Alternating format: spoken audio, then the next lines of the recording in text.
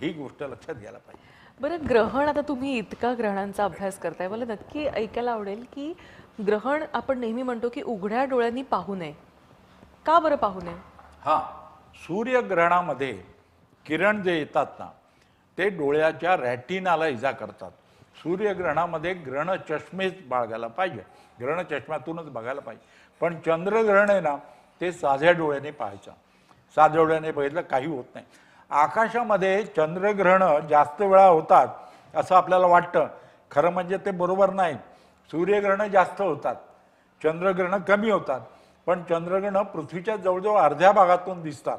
त्यामुळे आपल्याला असं वाटतं चंद्रग्रहणं ही जास्त झाली आणि सूर्यग्रहणं कमी झाली.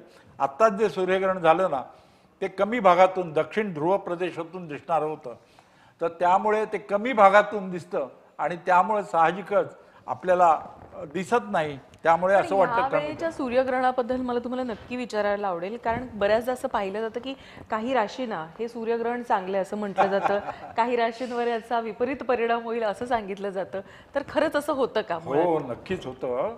मी सांगतो, जे लोक सूर्यग्रहण पाहतील त्यांच्या राशीला ते ग्रहण शुभ आहे. कारण निसर्गानं आलेली संधी अभ्यासाची त्यांनी घेतली. आणि जे लोक बघणार नाहीत, घरात बसणार, तर पूर्वीच्या काळी माहिती आहे ग्रहण चष्मे नव्हते. निरांजनावरती काच धरून काळी करून बघायचे. आता ग्रहण चष्मे मिळतात. याचा अभ्यास करायला पाहिजे.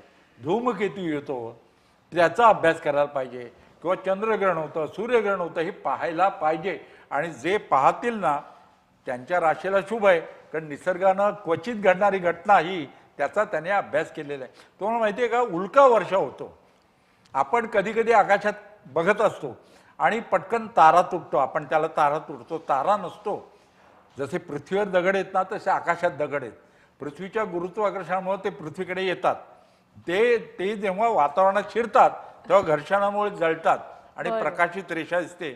त्यांना उल्का वर्षाव असं म्हणतो. एक उल्का वर्षाव दर 33 वर्षांनी येतो. मी बघितलंय.